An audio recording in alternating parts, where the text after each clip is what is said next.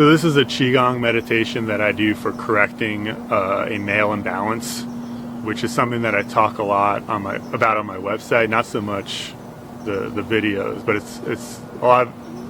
I do go into a lot of detail on it on my website. So the idea is like you have all these like imbalanced male emotions that are shooting life force up into the skulls and expanding it, at least according to my theories. So I do this Qigong meditation to work to correct that imbalance by targeting the organ that corresponds to that negative emotion that I want to purge from my body. And this is a Qigong. I didn't make up this meditation. I got this from a book. And the basics of it are like you have five. So traditional Chinese medicine is based off of 5-element theory. So it's like you see a lot of themes of 5 in nature. You have 5. Well, they have 5 seasons in TCM. They do a late summer, but you have 5 fingers, 5 toes, 5 senses. So 5 comes up a lot in nature. And so in TCM, they have traditional Chinese medicine. They have the 5 yin organs, and they of course there's the yang or yang component paired with each of those yin organs. But the yin organs are the ones that I think they're good at storing energy, and those are the ones you really want to focus on when you're doing this emotional purge. So the 5 yin organs are the lungs, the kidneys, the liver, the heart, and the spleen. And each of them has an emotion that heals it and an emotion that impairs its function. It happens to be that the emotion that impairs its function corresponds to the emotions that are characteristic of a male imbalance. So I've been focusing on this meditation a lot. I'm going to focus on it even more, like do this like twice a day, because I really think it's beneficial, and it's something that I need to work on. Like I'm not good at not expressing these emotions. So you start with, so the idea is you can just stand, go out in nature is best, and then you focus on each of the organs, and then you breathe in healing energy into the healing emotion into the organ. You breathe in the healing emotion into the organ, and then you breathe out the toxic emotion that pairs with that organ. And if you don't think that works, it's whatever, but like I think it helps. But the idea is like you can use your intent to control what version of life force enters and exits your body. So like when you breathe in, you're breathing in fresh healing life force or chi, and then when you breathe out, then you breathe out toxic chi. And now you can do that naturally just by breathing in and out, but if you add intent to it, then that amplifies the effect. Like you can really get all the healing chi from the air in, because air is more than just gas. There is a life force to it, and you can augment the amount of life force that enters your body by just having the intent. We have the power of our mind as humans. That's our unique ability. And then when you breathe out, you can, by concentrating and focusing on purging toxic energy from your body, you can get more bad, toxic, used chi out of your body.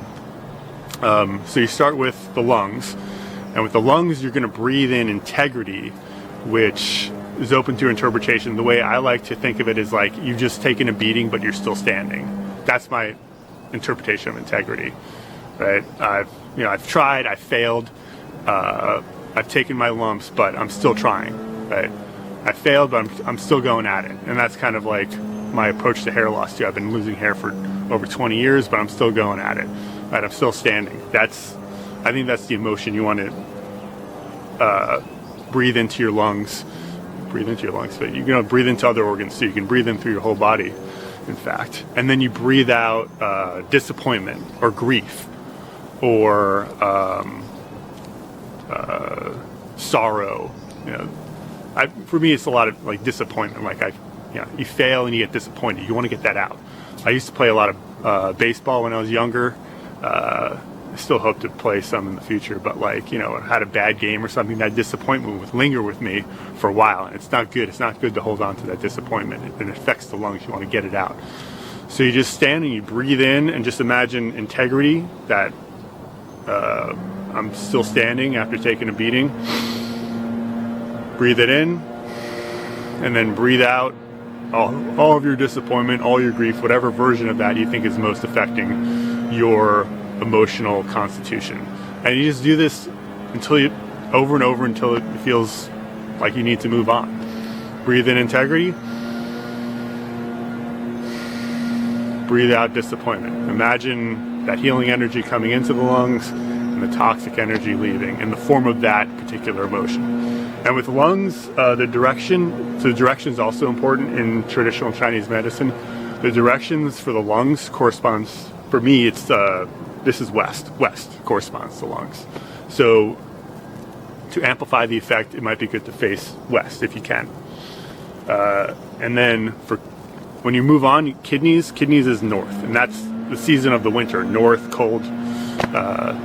So when you focus on the kidneys and you're facing north, if you can, then the two emotions that you want to work on are inner wisdom or faith and fear. So you want to bring in faith or inner wisdom into your kidneys. So that's like knowledge of who you are in this lifetime, right? We all have a purpose, or if you believe that, I believe that. I believe we all have a purpose, and that purpose, to pursue that purpose, we have to know who we are, and have faith in like, that's who we're destined to be, and that's what we need to work towards. So breathe in all that inner wisdom, inner knowledge, faith into your kidneys, and then you breathe out fear, because fear is what's going to prevent you from achieving or realizing who you are, right, and achieving that destiny. Right, so breathe out all your fear, everything that's preventing you from becoming who you were meant to be.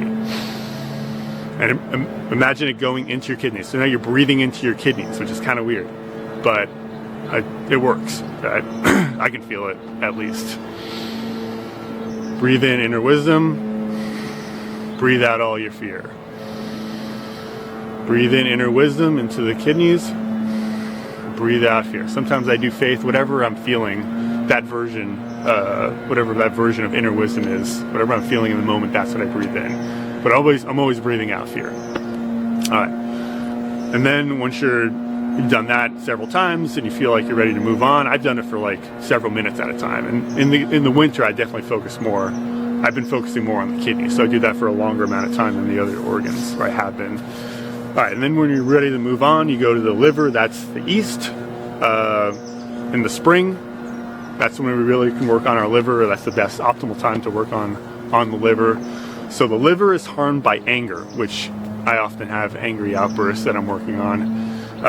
Especially having been a school teacher, a middle school teacher for many years, I'm conditioned to have these angry outbursts at times. But I mean, it's my own fault too. It's like it's underlying things that are underlying.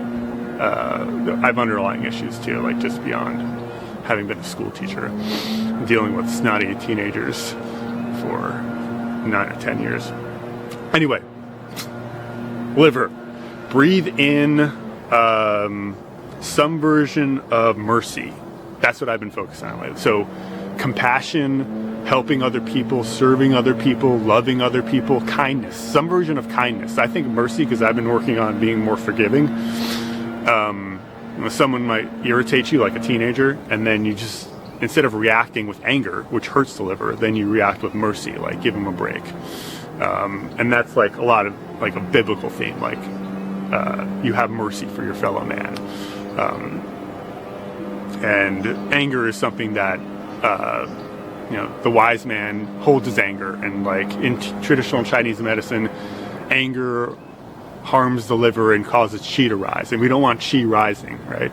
And anger is qi rising, that's skull expansion.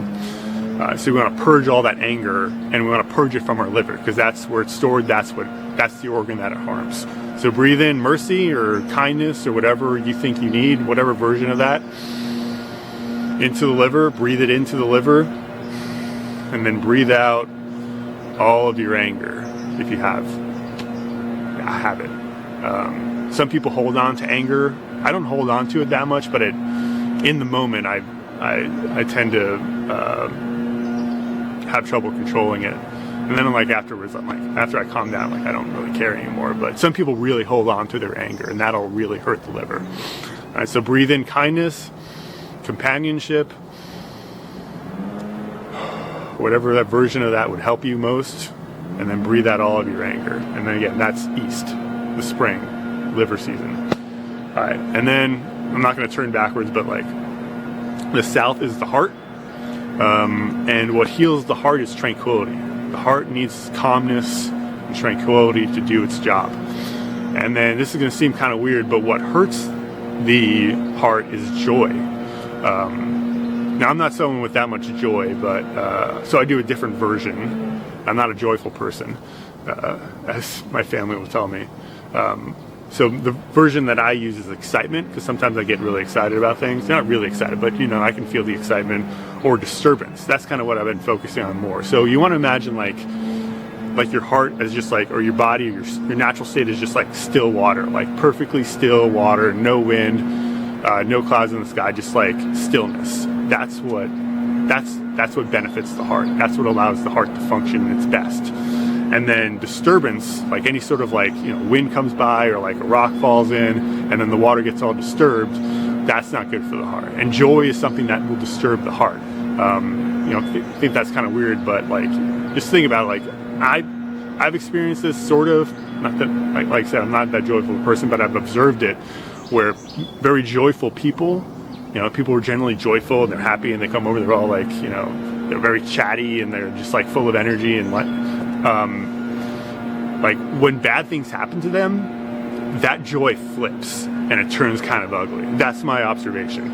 And it's because they don't have that tranquility, right? If you're not tranquil, then you can't take the bad along with the good, if that makes sense. All right, so you want to train to be tranquil. We don't want to have too much joy. We don't have too much sorrow. Right? If we have a lot of joy, we're going to have a lot of sorrow at some point, because that's how life is. Right? It can't just be all great. That's not going to happen. All right, so anyway, breathe in tranquility. That's what I like to focus on, and that's good for a male imbalance. We want to be calm. That keeps the energy down. Also helps the heart run, do its job. Breathe in tranquility into the heart, and breathe out all your joy, or all your excitement, or any sort of disturbance to the stillness of the water. That's kind of what helps me. All right, and then the last season direction, you go southwest, and that's for the spleen. So the spleen is nourished by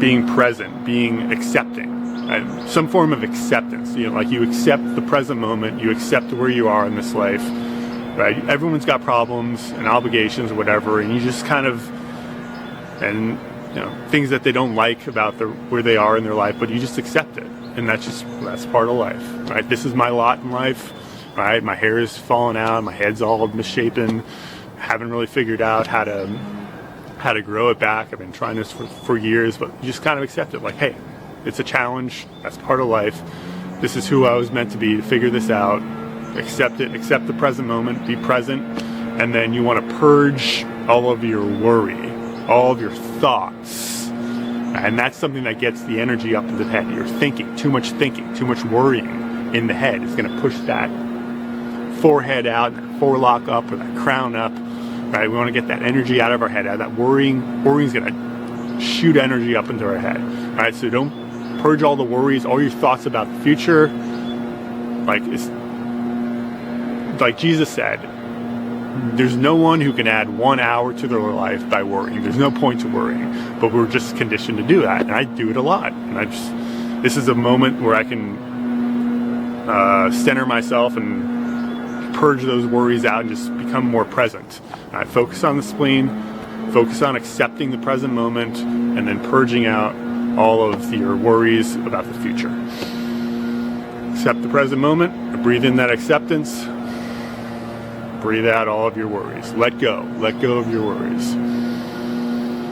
Breathe in the present moment, soak it in.